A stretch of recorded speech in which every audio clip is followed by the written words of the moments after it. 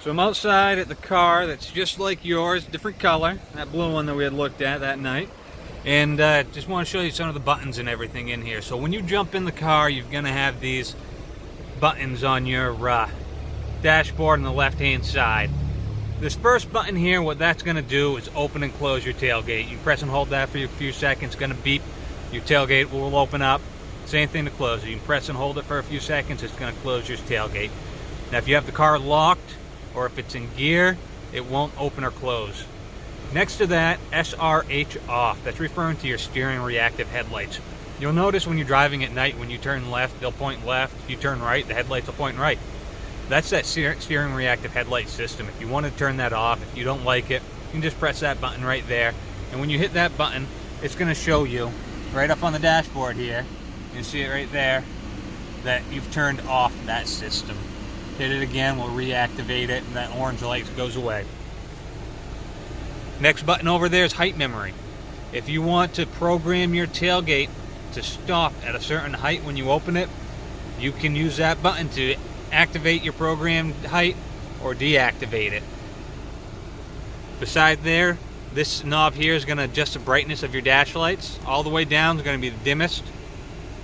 Roll it all the way up, this is going to be the brightest. Below there on the bottom line, the off button on the left, that's going to be your traction control off system button. That's the same as it was on your previous Forester. To the right of that, the A with the circle arrow around it and the off, that turns off that automatic start stop system. So when you start the car, you'll see that same emblem up here in white.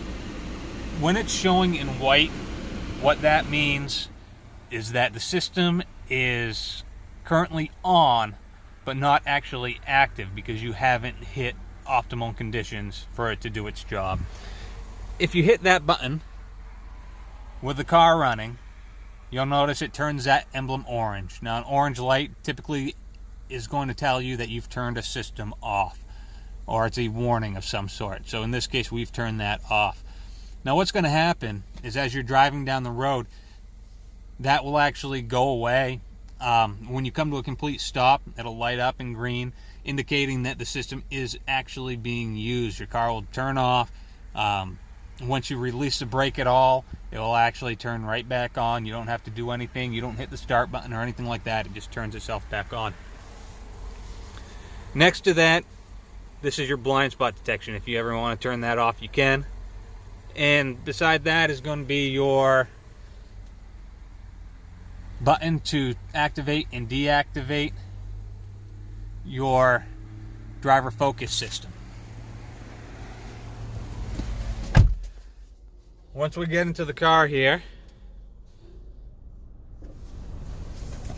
we'll look at the steering wheel first. We've got these left and right buttons here. What those do is they simply just scroll through your preset stations for your radio, whether it's FM, AM, XM. They can all be programmed in together on your screen.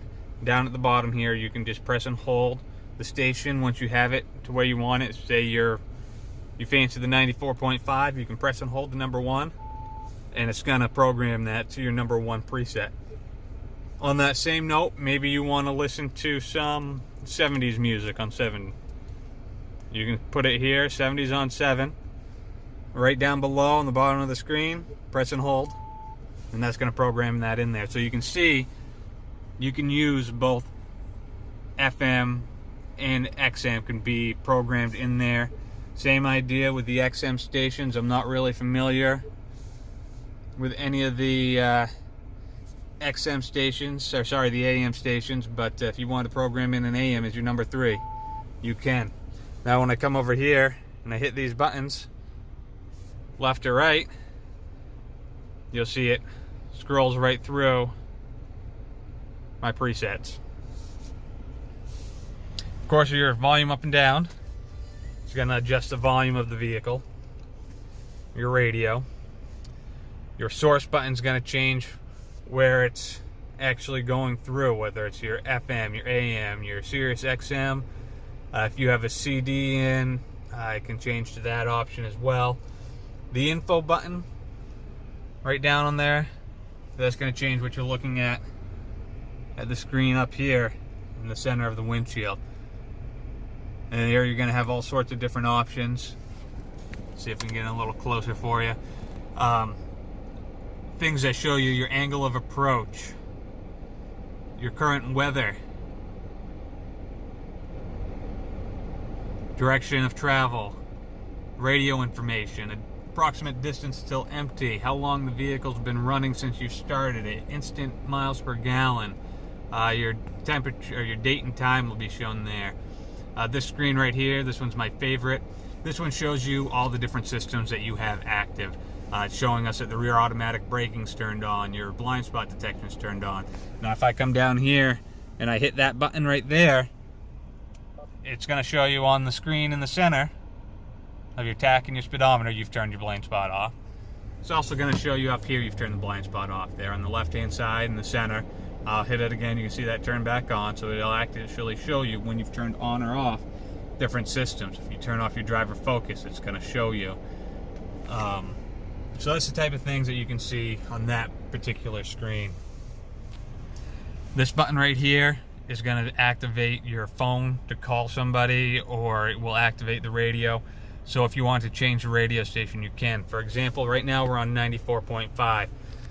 If I want to listen to a little bit of country gold on a Saturday night, I simply press that button, tune to 106.5 FM. Tuning to 106.5 FM. And what you want to do is make sure that you've waited for the beep after pressing that button before you give a command. Once you've heard that beep, you can go ahead and verbalize what it is you want it to do. You can change to satellite station and all sorts of different things. It kind of gives you an idea of different things you can say each time you've hit that button. So you've got the list here. Change to a certain preset, or enter an address for GPS if you want help. It'll give you help commands, all sorts of different stuff. You can cancel it by hitting the hang up the phone button, which is this one right here. Now below there, on the inside of the steering wheel, you're going to have these up and down arrows in the button I set.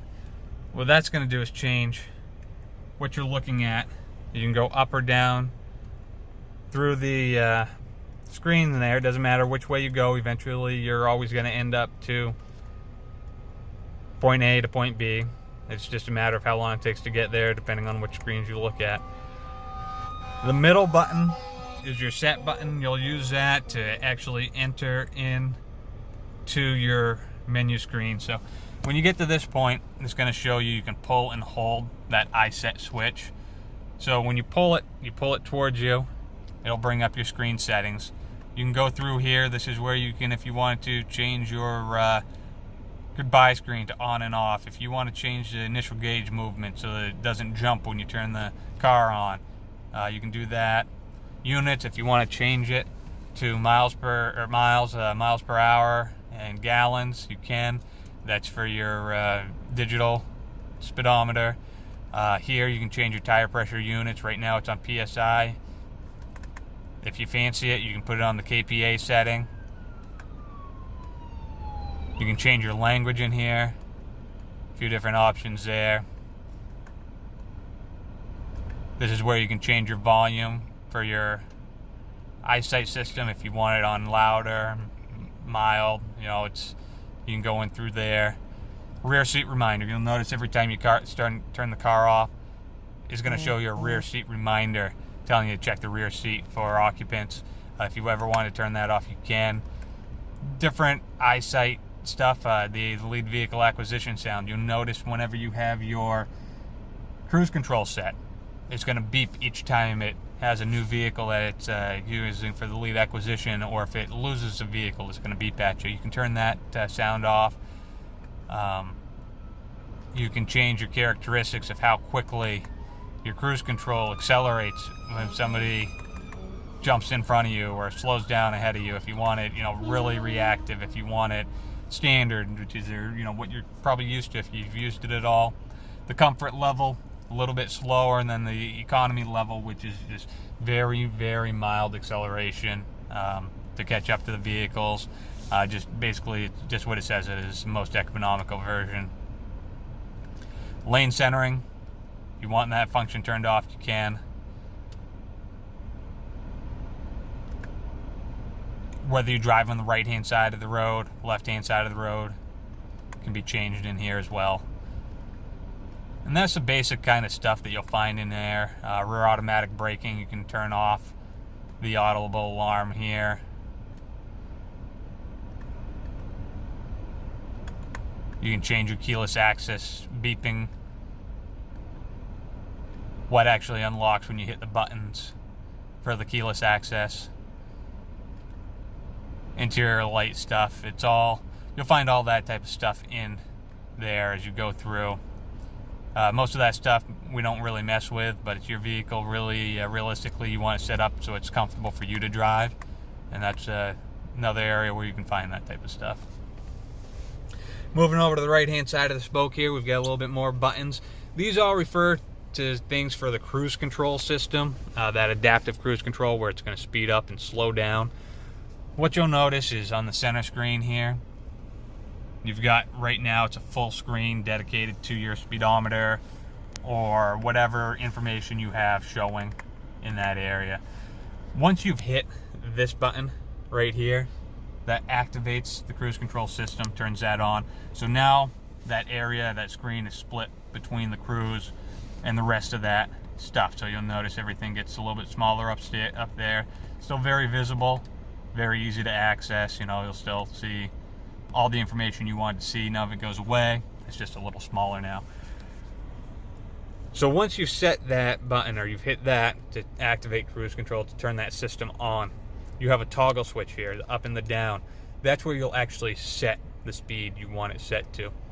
The down button actually sets your speed, or you can press and hold it. It's going to coast. What you'll notice is right below the vehicle, it's got those two dashes and then MPH. It won't do it right now because I'm not actually traveling. But once you've actually got going and you're ready to select the speed, you hit that button, that down button, the speed you selected will show up there. And what's going to happen is every time you press up on the toggle switch, once you've set in your speed, it will increase it to the nearest 5 mile per hour, and then after that it'll go by 5 mile per hour increments. So if you had it set for 63, you press that up button, it's going to first go to 65, and then from there 70, 75, so on and so forth. The same thing with the set button. Once you've actually set a speed, if you tap down, it will go down to the nearest 5 mile per hour increment, and then down by 5 after that. So from 63 it'd go down to 60, and then 55 and 60, so on and so forth, until you've reached the minimum cruise control set speed, which is, I believe, 25 miles per hour. These buttons here are going to be what changes the distance between you and the vehicle ahead of you when you're using that adaptive cruise control. The 4 lines is going to be the greatest distance. It's based on time. It's approximately 3 seconds there. 2.5 seconds, 2 seconds, 1.5 seconds of time between you and that lead vehicle. So that, again, is these up and down arrows here. You can press those to adjust that. This button here is for lane centering. That works in conjunction with the adaptive cruise control. When you press that button, what's going to happen is you'll see that little steering wheel show up. It's white. The white is, again, indicating that the adaptive cruise control and the lane centering function has been turned on, but not necessarily being active right now. Until you've actually set your speed with your cruise control, that lane centering won't do anything for you. Once you have, what'll happen is the lines, and you can't really tell right now, but the lines to the outside of that car, they're a very light blue, kind of grayish color right now.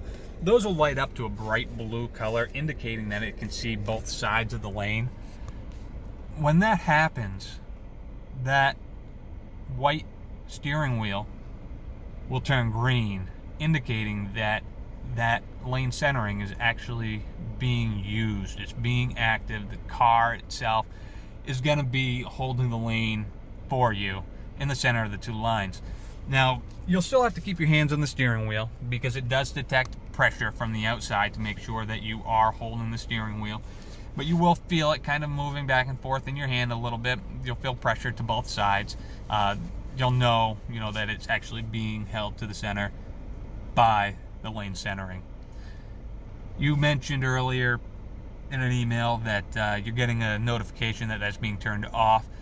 Basically, all that is it's the car is finding that it's not optimum conditions. It's not safe for it to do the lane centering, so it's shutting the system off so that you're aware that it won't be centering for you. It's alerting you. It will turn back on by itself, and when it does, that light will just turn green. Below there, you have the S and the I. What those are is what they call the SI drive. You have a sport mode and an intelligent mode.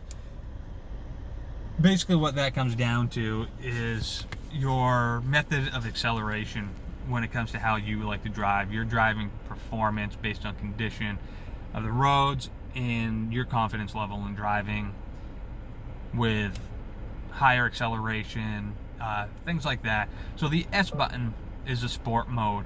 It gives you a sharper acceleration, whereas if you go to the I, that puts you in an intelligent mode. You see them switch back between it here. Down by the gear symbol down here, it'll show you what you're on, and you can see the little graphic showing up that's going to show you which you're on. Your sharper acceleration or a little bit more moderate in the intelligent mode. Below there, that is your heated steering wheel, which activates the heated steering wheel. That's going to heat from this section here down to here on both sides of the steering wheel. That's where you should be holding your steering wheel for safest driving. That's why that section is what's heated on there. Hit it again, turns that system right off for you. We're going to go up above now and look at the buttons in the front of your moonroof. So the first thing, the easiest thing here, of course, is your center sunglasses holder.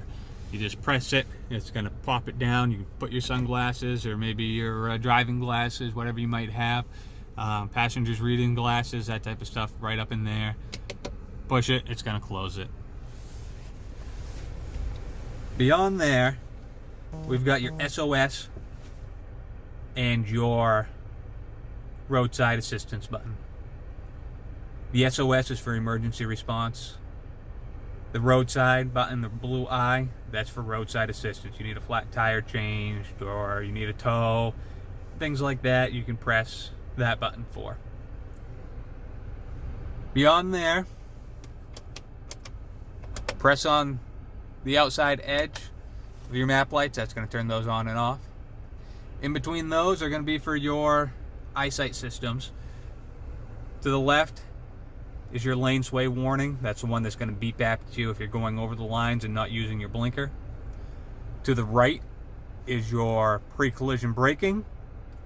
Both of those, to turn off that system, you would press and hold that button, whichever one you want to turn off, for approximately 3 seconds.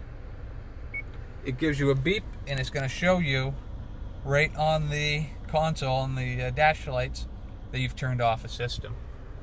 Same thing for the lane sway warning. You turn that off. Press and hold for 3 seconds. It's going to show you you've turned it off. Now I'm going to turn the car off real quick and show you something on the lights here. I'm also going to turn off the traction control.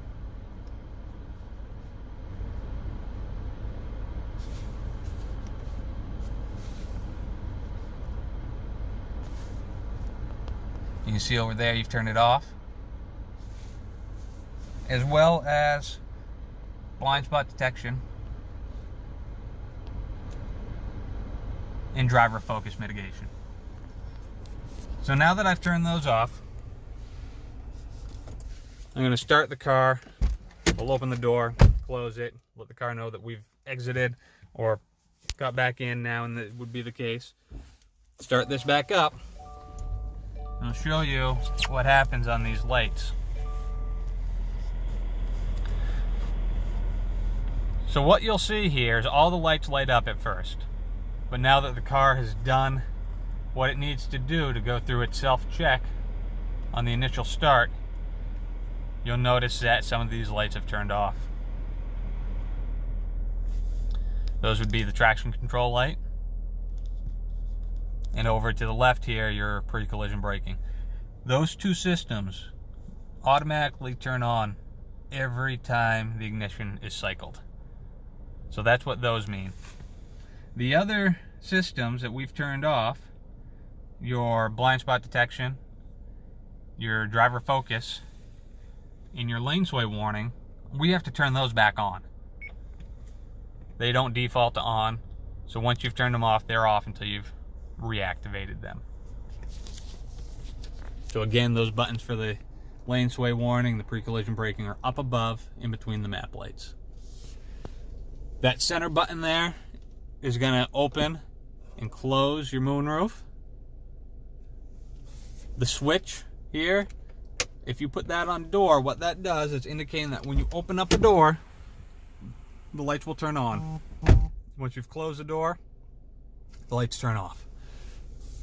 If you have it on off, those lights don't turn on and off when you open that door. Most people just leave that on the door position, just so kind of as a safety precaution. That way you can immediately see what's inside your car whenever you open the door. The rear switch will have those same features, off door and on all the time. If you turn it to the on position, you'll want to make sure that you turn it off before you exit the car, because it can stay on and drain your battery. Up above with your moonroof, it does have the shade that you can open and close by hand. Very easy to do. And then from there, you've got your button to slide it open, slide it back closed for that main glass. Of course, you've got your visors here to block the sun. They pop out. They do extend to the side. Slide that right back closed and comes right back up. Passenger side has it as well. Moving on to your radio system here. There is plenty to learn about here as well. We have got a home button up here, as well as right here. They both bring you to the same home screen. Your phone button is where you would go if you had a phone programmed in. Right now, I don't have one connected. If I did, it would bring up basic connectivity information. What my battery life is, how much signal strength I have. It'll give me options for my phone book, for the dialing pad, all the stuff you can see down here, recent calls, favorites if I have them, text messages, that'll all show right up in there. You can add extra devices by hitting that add device button up top, and it's just going to bring you to here where you can hit the add device and it does your Bluetooth search for you. Any questions about that anytime, if you need assistance programming one in, you can come right in and see me. I can help you with that. Home button again to the home screen. By pressing the map button, that's going to bring up your GPS system here. You can zoom in, you can zoom out, you can go in, you can search for a destination. This is where you can put in where you want to go. Maybe you want to go to 295 Hogan Road. This is where you would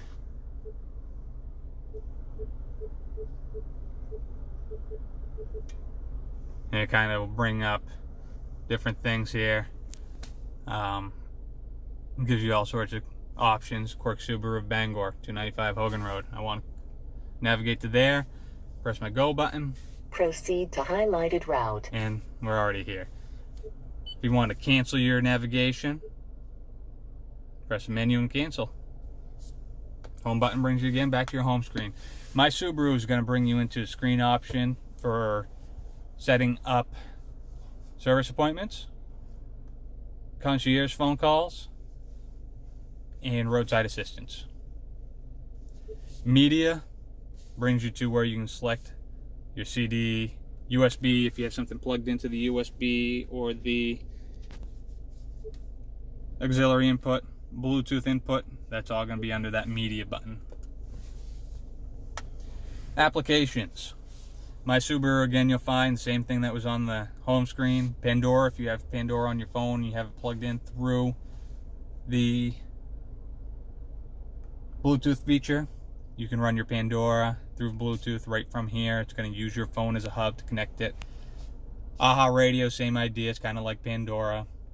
Subaru Starlink is an aftermarket, or it's a Subaru rather, program that you can download onto your phone that will give you access to things like Yelp, weather connectivity, a few other things.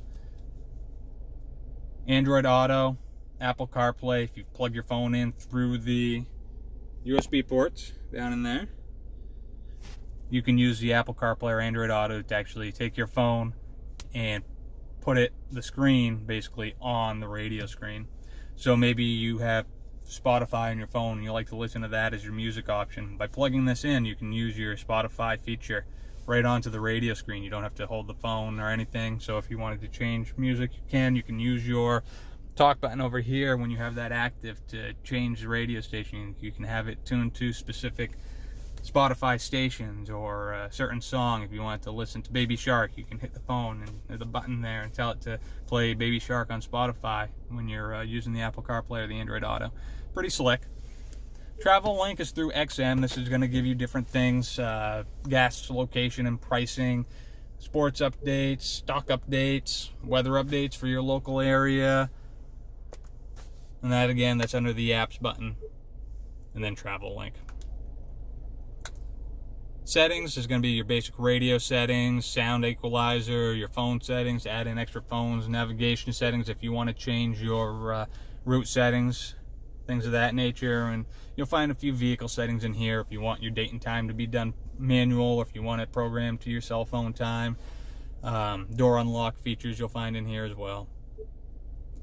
Of course, you have your volume knob is here, your tuner knob is here, and that's it as far as the radio is concerned. You do have a couple hard buttons, radio to bring it to your radio, map to the map, so they kind of go with what you have up in here. You know, your radio and everything, that all shows up there, so you have just extra hard touch buttons as well. Down below, you're going to find your climate control stuff. Everything on climate control shows up top here. So when you adjust it down below, I think we can get it here maybe so I can show you it both at the same time here. So when you turn this knob, you'll see up in that screen you're setting your temperature. The second knob becomes your fan speed setting. Third knob is temperature for the passenger side. Now when you're changing all this, you'll see a button down here, sync. You press that button, it's going to change everything back to the driver's side temperature setting.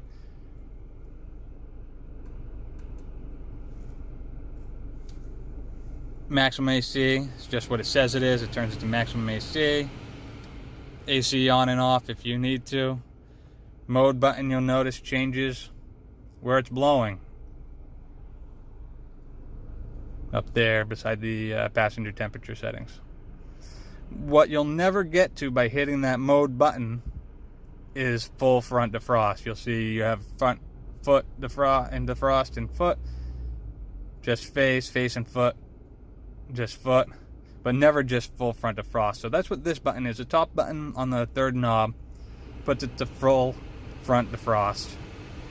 And then of course you can change that fan speed with the middle knob still. Auto here gives it auto control, so that the car is now going to maintain the temperature by blowing where it thinks it should, at the fan speed it thinks it should, using whatever features, whether it's AC or max AC, just to keep the car the ambient temperature you have it set to. On and off is just what it says it is, on and off. Over here on the bottom, this one's going to activate your rear defrost, your heated mirrors, and your wiper de-icer. That one only stays on for about 15 minutes so that the elements don't burn out. And that's basically everything as far as those are concerned. Your shifter, I'm sure you've got that well figured out, but you've got your park, reverse, which puts your backup camera right there, neutral, and drive, which puts you in forward. From there, you can actually move that over to the left. It puts you in that manual mode, so you have drive and manual. What that's going to do is make it so you can use these shifters On the steering wheel, the left side is downshift, the right side is upshift, and you can shift through your virtual gears. Behind there, to the right, is your heated seat function. To the left, parking brake to engage it. Pull up on it. That'll engage. To turn that off, what you'll do is actually put your foot on the brake. Make sure the car is on and just press down on that. And that turns that system off. AVH is auto vehicle hold. When you press that button, you'll notice in the dashboard it turns on that same light over in the corner. What that is when you come to a complete stop on an incline or a decline for that matter, it will actually temporarily engage the parking brake. So you can take your foot off the brake and you're not going to move any place. Now if you lightly tap the brake or if you hit the gas pedal at all, it's going to release that auto vehicle hold and you will be back to rolling freely. Here you have different modes where you can turn it to the left, turn it to the right, push down. So to the left puts you in a snow and dirt mode. To the right puts you in deep snow and mud. Push back down on it is going to put you back in regular traction control mode, just a full regular traction control that you're used to.